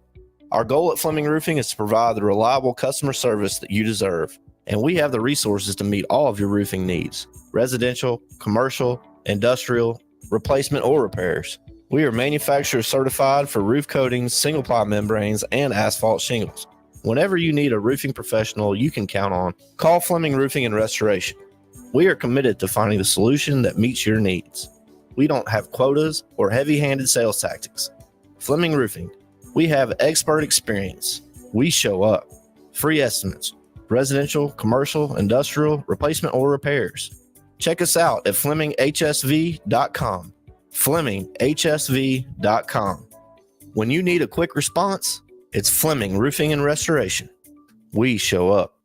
Tom Luganville here for my friends at Woody Anderson Ford. Bobby White and his team take great pride in their service department, and you can see it the moment you walk into those beautiful new service lanes. And just like a championship team, they all work together to make sure your experience is second to none, whether you drive a Ford or not. Also, Check out the gold certified pre-owned inventory at Woody Anderson Ford for great deals every day. Stop by and see them at Jordan and Sparkman or at Woody Anderson of Madison on Hughes Road, or visit WoodyAndersonFord.com. It's the dawning of a new age in Tuscaloosa. I understand what Alabama football is all about. Roll time. Join the Crimson Tide as the Kalen DuBois era begins. Touchdown! Join us Saturday as the Crimson Tide take on South Carolina in an SEC showdown in Tuscaloosa. Our coverage begins at 8 a.m. on your home for Alabama football. Listen to Alabama football all season long on 97.7 ESPN The Zone. From the Fox 54 Weather Center, I'm Chief Meteorologist Jordan Dressman. A sunny sky this afternoon. Temperatures climbing into the upper 70s and lower 80s. We're going to drop into the low and mid 50s as we head into the overnight, early into your Saturday morning. A sunny sky Saturday afternoon. Temperatures climbing again into the upper 70s and lower 80s. A couple of folks could see the mid 80s. A little warmer as we head into the overnight, but still not bad. Temperatures dropping into the mid and upper 50s. A mostly sunny sky for your Sunday. I'm Chief Meteorologist Jordan Dressman on your home for ESPN Radio, 97.7 ESPN The Zone. This is Ronnie Watson, head coach of the Sparkman Senators, and you're listening to the North Alabama High School Football Scoreboard Show on 97.7 the ESPN The Zone. Now back to the scores. Of course, Ronnie Watson and the Sparkman Senators, part of a trio of teams tonight, pulling off ginormous wins on the gridiron. Sparkman goes for two with 1.5 seconds left on the clock. They get a win over James Clemens 15-14 in Class 7A Region 4. Just part of the Friday Stunners tonight. Jasper upsets the sixth-ranked team in Class 6A 49-48. Muscle Shoals does not get a two-point conversion. In that one, Jasper gets the win. And speaking of two-point conversions, we just mentioned it. Sparkman over James Clemens 15-14. Their head coach, Ronnie Watson, joining us now on the phone lines. Of course, brought to you by the Huntsville Sports Commission. Coach Watson, congratulations on this one. Huge win for the program. Yes, sir. Yes, sir. All credit goes to the kids and the coaching staff. I mean, coaches put a great game plan together on Sunday, and the kids just had to make them believe that they could do it. And, they went out there and made just enough plays to win the football game. And, we kind of knew that it was going to come down to, who had the ball last and things like that. And it came out exactly that way. So all credit to the kids that went out there and made the plays they had to make for us to get the win. Coach, take us through, let's back it up a little bit. Take us through the game-winning drive. First of all, you've got to go pretty much the length of the field. A lot of composure there late by your team. Yes, sir. I mean, we kind of knew once the offense scored and it was 14-7, our plan, we got together as a coaching staff and said, hey, we're going to stop them on defense right here. We're going to get the ball back. We're going to score, and we're going to go for two. I mean, that was the plan with about 6 minutes left in the game. So, great job. The offense all the way around. I mean, and unfortunately, that last drive, we had a couple penalties that actually backed us up. Had a little different look in our offense for most of the night. And, our sophomore quarterback, Keaton Williams, was on the sideline a lot of the night. And, when we needed him to go out there in the fourth quarter and make plays, he didn't play like a sophomore, and that's what we needed him to do. So he went out there and executed, big, huge catch by John Rozier, and then Keaton running it in for the two-point conversion. Defense played lights out in the third and fourth quarter. So, great team win. Take us through the two-point conversion. You mentioned you were going for two. How many times have you practiced that two-point conversion? And, I mean, is it the favorite two-point conversion that you have on the books? Well, I mean, we've got four. Honestly, we practice about 4 a week, and we practice 2-minute drills, 4-minute drills, two-point conversions. Our guys compete every day in certain periods, and they have no idea where it's going to be. That way, when we look and we see what's working, and that particular play, it gave our quarterback a run pass option. He's great with both of them, and rolled out kind of almost like the exact same play from last year when we scored on the last play of the game against the same team. But it was an automatic run. This one he had the option, and he just got into the corner right inside the pylon, and great play by number 5. Coach, what does this win mean? Obviously, it keeps you squarely in that playoff mix. You moved to 3-2 in region play, but more importantly, what does this win mean for the kids? Well, I mean, it's always for the kids. Our kids and James Clemens, they're on 7-on-7 teams together. They're with each other year round, honestly, and it's always a great back and forth, and both sides are going to talk, and they're going to talk on social media and things like that on both sides. And it's always fun when we get together, but these guys have fought through a lot. This year, players have went down, and some guys have had to step up, and these guys believed in all week that they could do this, and couldn't be more proud of them. They beat a great football team tonight. Coach Ronnie Watson, Sparkman Senators. Coach, congratulations on the big Class 7A Region 4 win. We appreciate you guys. Go Senators. All right. Thank you, Coach Watson. All right. Let's stay in Class 7A Region 4. Playoff berths. As we mentioned, you can't win one tonight in some regions. There are some regions where guys and teams did lock up their berths. One team hoping to still find postseason in the future. That's the Huntsville Crimson Panthers. They were at home tonight over Albertville. They get the shutout win, 42-0. Drew DeArmond was on the call for our friends over in Huntsville on 97.7 ESPN The Zone. Actually, Talk Radio WZZN 97.7.2 over in Huntsville. And he joins us now. Drew, shutout fashion for Huntsville. One of their most complete games of the year? No, it was their most complete performance of the year, Scott. It was a slow start in the first quarter. It was nothing first quarter. They had some opportunities, got some penalties, and they roughed the punter, committed a couple penalties on defense, and Albertville came out with nothing to lose. They faked two of the first three, or really they faked the punt. Three of their first 4 punts. 2 of them were successful. One on a circus catch, and then another via a run where they were able to convert. But, so Huntsville had to adjust a little bit defensively because they came out wheeling and dealing. They were throwing the football early effectively on the short game, but Huntsville got a stop as Albertville drove inside the 30. They did a good job of turning them away at the end of the first quarter. Now a punt by the Aggies pinned Huntsville inside the 10-yard line, and then they were facing a third down and long, backed all the way up to the 5, and that's where the game flipped. It was toward the end of the first quarter. Will Carter went deep to Lawson Neighbors. He caught it behind the secondary and was brought down at the 7-yard line, 88 yards. And then and that started off the second quarter with a zone read from 8 yards out for Will Carter. They got Huntsville on the scoreboard.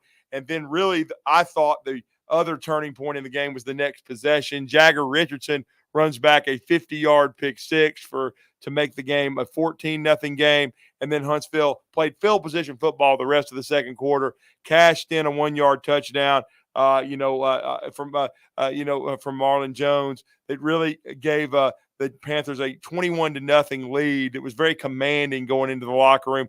And I thought in the second half they just settled in. They played really good defense the second half to get the shutout and in the third quarter, and they started wearing down the front because Albertville's front's pretty good. It's big and physical, but they've had trouble giving up big plays in their secondary.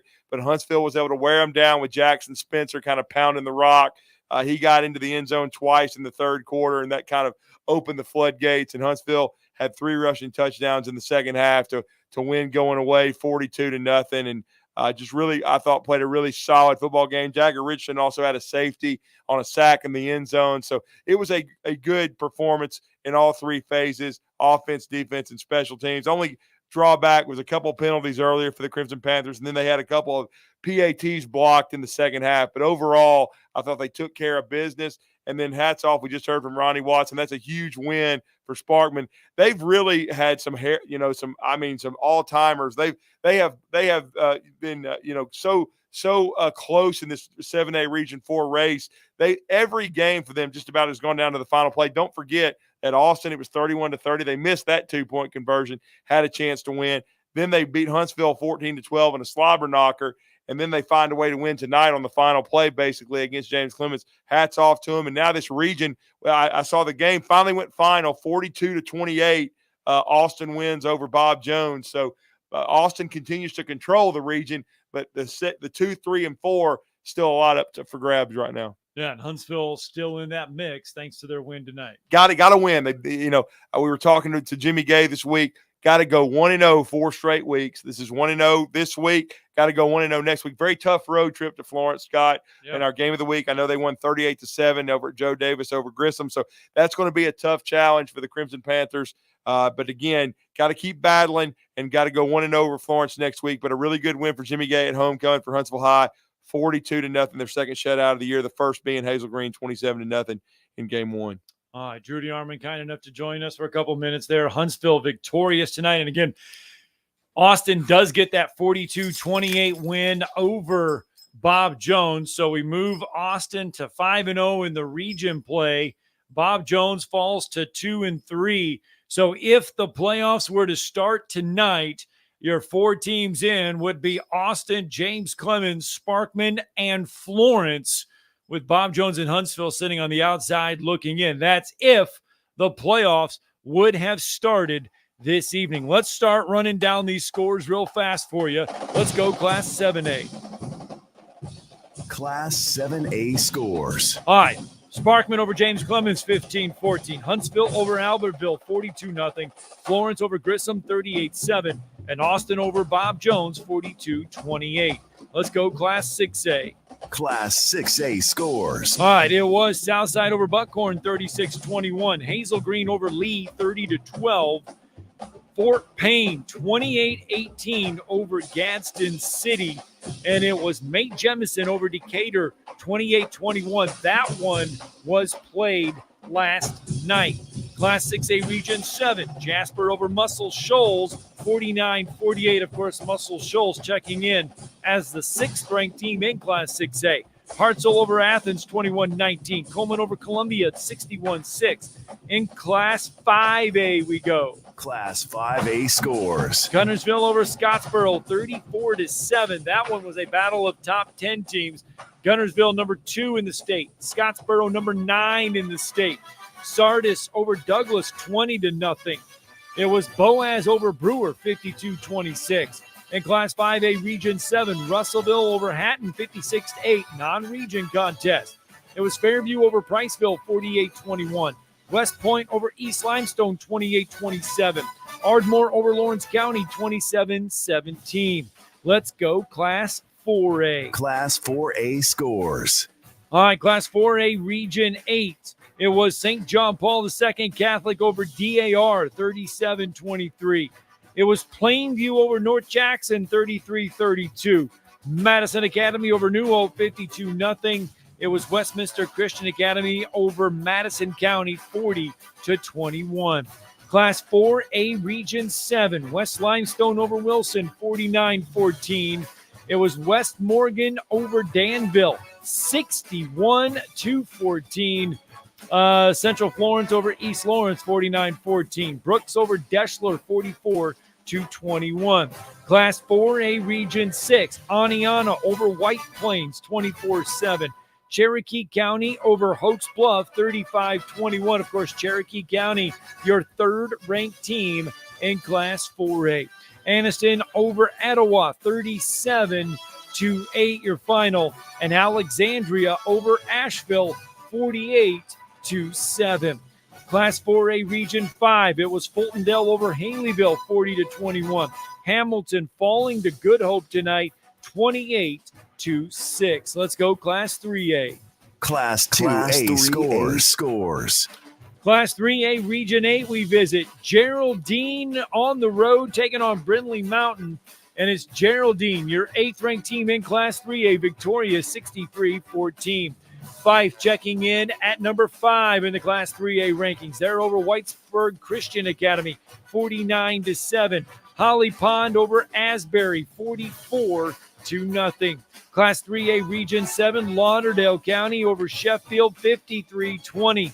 It's Rogers over Colbert Heights 42-15. That's back-to-back playoff appearances now for Rogers. They lock up that bid this evening. 18th playoff appearance overall in school history. Mars Hill Bible in Class 3A. They're your second-ranked team. They're over Elkmont 55-6.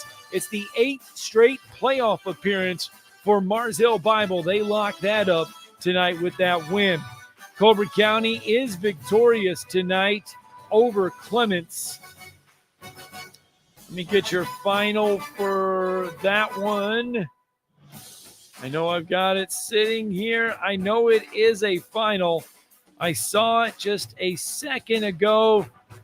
46-13, your final there. Class 3A Region 6, Glencoe over Sachs, 32-28.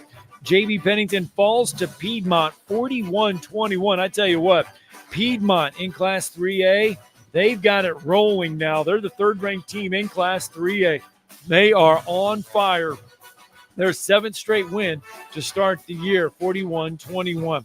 It's Weaver over Locust Fork, 45-34. Class 3A Region 5, Winfield over Oakman, 34-7. It's Gordo over Vinemont, 42-14. And Midfield over Hansville, 64-6. We go into Class 2A. Class 2A scores. All right, Decatur Heritage, boy, they look impressive. There was only 2 games in Class 2A Region 8 tonight. Decatur Heritage checking in at number 8 in the Class 2A rankings. They roll over Tanner in a big way, 62-0. In Class 2A Region 7, it was Pleasant Valley over Gaston, 22-6. And it was North Sand Mountain shutting out Section 47-0. All right. Trying to keep an eye. We've got a couple games I know that have gone final, and they just haven't shown up on the scoreboard desk yet. Class 2A Region 6, Falkville over Susan Moore, 44-8.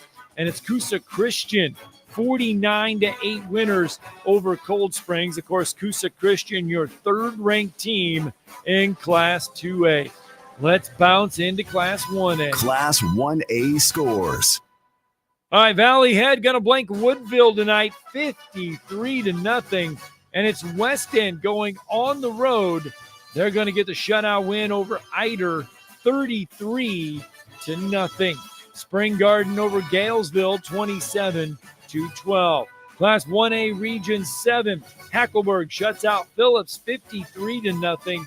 It's Addison over Meek over Addison, 30-22. All right, let's get our final break in. When we come back, we'll touch on some of the big ones from tonight and run down those that we don't have. It's the Woody Anderson Ford High School Football Scoreboard Show, powered by Lake Guntersville Ace Hardware. Log on today, 977ESPN.com. Hey folks, Bobby White back again for Woody Anderson Ford. If you're in the market for a new ride, now is the time to make your move. We've got over 700 new Fords to choose from, and with over 2,700 Google reviews, our customers have spoken, giving us a pretty impressive 4.4 out of 5 stars. Believe me, we work hard every day to earn those 5 stars. Just tell us what you need. This month only, we're offering big savings on your favorite Ford models. You can save up to $10,000 off MSRP on a 2024 F-150 Super Crew pickup. Or take $9,500 off MSRP on a 2024 Edge all-wheel drive. And if you're looking for something even bigger, take a spin in our 2024 family-size Expedition, available for $11,000 off MSRP. Deals end October 31st, and with always, it's with your good credit. Stop by Woody Anderson Ford today or visit us online at woodyandersonford.com. With deals this good, you don't want to wait. I'm Bobby White, and we hope to see you soon.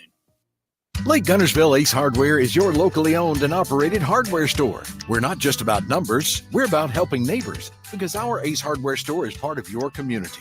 We're committed to being the helpful place by offering our customers personal service, quality products, and a convenient shopping experience. As the helpful hardware folks in your neighborhood, we promise that helping you is the most important thing we have to do today. Stop by and visit Lake Guntersville Ace Hardware today, 1536 Blunt Avenue in Guntersville. Hey, Huntsville. Looking for action-packed events? The Huntsville Sports Commission is your hub for all things sports. From youth events to national tournaments, we've got events that thrill and inspire. Whether you're an athlete, a fan, or a volunteer, there's something for everyone. Cheer on your favorite teams, witness amazing talent, and be a part of the excitement. Check out our event calendar and get involved at huntsvillesports.com. That's huntsvillesports.com. Be there, Huntsville. Hey, Huntsville. Looking for action-packed events? The Huntsville Sports Commission is your hub for all things sports. From youth events to national tournaments, we've got events that thrill and inspire. Whether you're an athlete, a fan, or a volunteer, there's something for everyone. Cheer on your favorite teams, witness amazing talent, and be a part of the excitement. Check out our event calendar and get involved at huntsvillesports.com. That's huntsvillesports.com. Be there, Huntsville. Have you discovered Good Company Cafe? The place for breakfast, brunch, lunch, and so much more. Enjoy brunch all day and pair with one of our many seasonal refreshing drinks, including alcoholic and non-alcoholic options. Choose inside or outside on our gorgeous, spacious, dog-friendly patio and have some fun with friends playing yard games in the courtyard. See catering, to-go options, and lots more at goodcompany-cafe.com. Good Company Cafe, 7500 South Memorial Parkway. This is Chad McGee, head coach of the James Clemens Jets, and you're listening to the North Alabama High School Football Scoreboard Show on 97.7 ESPN The Zone. Now back to the scores. Welcome back to the Woody Anderson Ford High School Football Scoreboard Show, powered by Lake Guntersville Ace Hardware. Let's check in on the top-ranked team in Class 2A, the Pisgah Eagles, and boy, did they soar tonight. They were at home taking on Cedar Bluff, and they get the win 53-13. Their head coach, Luke Pruitt, joining us now on the Scoreboard Show hotline, of course, courtesy of the Huntsville Sports Commission. Coach, welcome in, and first of all, congratulations on the win tonight. Thank you. Thanks for having me on. Let's talk about it. 53-13, obviously a good night offensively for Pisgah. Yes, it was homecoming this week, and I thought our guys did a really good job handling all the distractions that you could have during homecoming. And, we asked them to, try to start as fast as possible, and we were able to do that. And we took care of the ball offensively. We were able to create some turnovers defensively, gave us short fields, and we were able to score. We had a punt return for a touchdown. We were able to score in the kicking game as well. So all three phases contributed, especially the first half. And Coach, you've defensively, you give up just 13 points on the season. Defense has been a huge part of this team's success this year. You have one shutout. You've allowed just 6 points once. You've allowed 14 and 14. What's been the key defensively for this team? One thing is we had a lot of guys coming back, but we've been able to we've tackled a lot better this year, and that's helped us tremendously. Also, our offense has kept the ball, and if we've got the ball, we don't have to do all those things. We don't have to stop them. So, we've done a good job on both sides of that, but just proud of the way our kids have rallied to the ball. We're blue-collar defense team, blue-collar team overall, and, every week somebody else's name or they make the plays, and they don't care who gets the credit, but they just come to work every week and just fly around the football. Well, Coach, you've got just 2 region games left. Next week, you are on the road at Gaston, and I am sure, zeroing in, focusing in on a region title is one way to keep everybody's attention. You're exactly right. And I'll be honest with you, Vanderbilt allowed everybody to focus one game at a time. And, whoever you play, either they're upset with with Alabama. But, that's the thing. Next week's the most important game because it's our next game. We've got about an hour ride down the road that we've got to get ready for. It helps you down when you make those trips in the playoffs as well. So we've got to go on the road next week. And then if we do what we're supposed to do, we have a chance to win the region the following week against one of our rivals in North Sand Mountain. All right, Luke Pruitt, kind enough to join us, the head coach of the Pisgah Eagles. Coach, congratulations. Enjoy this one. Celebrate it. And best of luck next week. Yes, sir. Thank you. All right, Luke Pruitt, kind enough to join us, head coach of the Pisgah Eagles. Let's go back out to the scoreboard hotline again, courtesy of our good friends at the Huntsville Sports Commission. He was at the Hartselle-Athens ball game, a good ball game, 21-19 in favor of Hartselle. They get the win. Thomas Ashworth from AL.com joining us like he does each and every Friday. Thomas, boy, another fantastic ball game tonight. Yeah, I feel bad because, I'm always, it's been the last 2 weeks I've been there for Athens, and it's been great games. But, Coach Gross might call me tomorrow and say I'm a bad luck charm or something. But still, 2 great games and another great game. But just a really good win for Hartselle. Just a really good Athens team that, as you know, has a ton of offensive firepower. Just the defense was awesome for Hartselle tonight. Really what cost, I think, Athens the most was they went for 2 really early in the game, and that put them ahead 6-0. But they just were never able to really recover from that. You could see 21-19 if they would have had those extra points. It would have been a tied ball game. But other than that, I thought Athens, really played up to their, competition. I thought Hartselle obviously has one of the best defenses in Class 6A. They pitched 4 shutouts in a row, and then held Coleman to 7. Just a great performance from that defense, especially after a double overtime loss to start the season. But that's really, that was the difference maker in this one. Athens still, there's a path for them, especially after that really crazy result out of Muscle Shoals, with Jasper beating them, and Muscle Shoals now sitting at 4-1, and Athens with 2 losses in the region. It's still a wide open race for a really good Athens team to host a playoff game if things go their way. Now, there's a lot of games left, and Hartselle has still some games to play, but still it's a region title that's up for grabs, and 3 really good teams that sit at the top of that region race. Yeah, Hartselle in the driver's seat right now at 4-0, but as you mentioned, there's still a lot of great ball games left to play. Hartselle and Muscle Shoals, I still believe, have yet to play, right? Yeah, they play October 25th. So Hartselle hosts Jasper next week, and then they're on the road at Muscle Shoals. So there will be a ton of eyes on that one. But Muscle Shoals actually is a bye week somehow. They got another bye week in their schedule next week, so they'll have a whole week to prepare when Hartselle still has to face a really good Jasper team. So that could be a difference maker in this one, but it'll be all eyes on that one, as it's also the last game in that 6A Region 7 race. So, that's going to be the game that decides it all for sure. All right, Thomas Ashworth, kind enough to join us tonight. Lot of great games around the Tennessee Valley for readers to read coming up here in a little bit.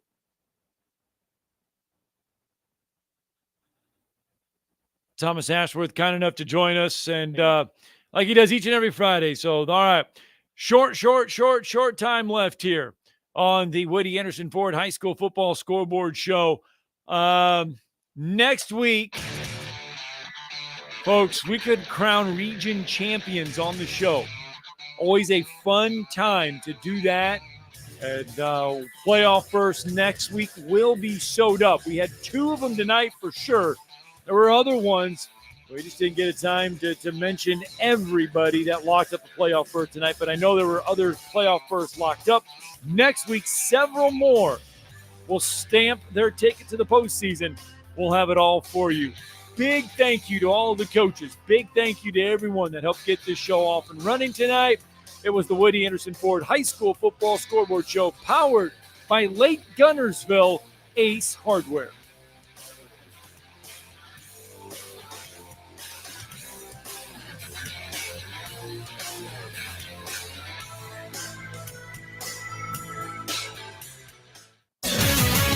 WCZN, Union Grove, Huntsville, Alabama. 97.7 ESPN, The Zone. scored to go up 14-3 at half. Chelsea got the ball to start the second half. They were driving, looked like they were going to go down and score and make it 14-10, and they turned it over. And Spain Park scored, went up they actually kicked a field goal, went up 17-3. So Chelsea held them to a field goal, but as the game wore on,